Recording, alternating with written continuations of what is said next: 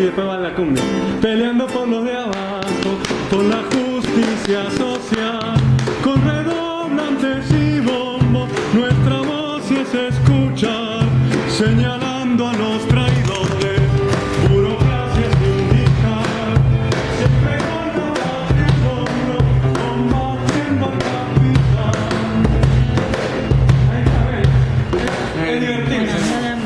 Sí, es un personaje. Sí. Mejor que quede así con cumbia. Sí.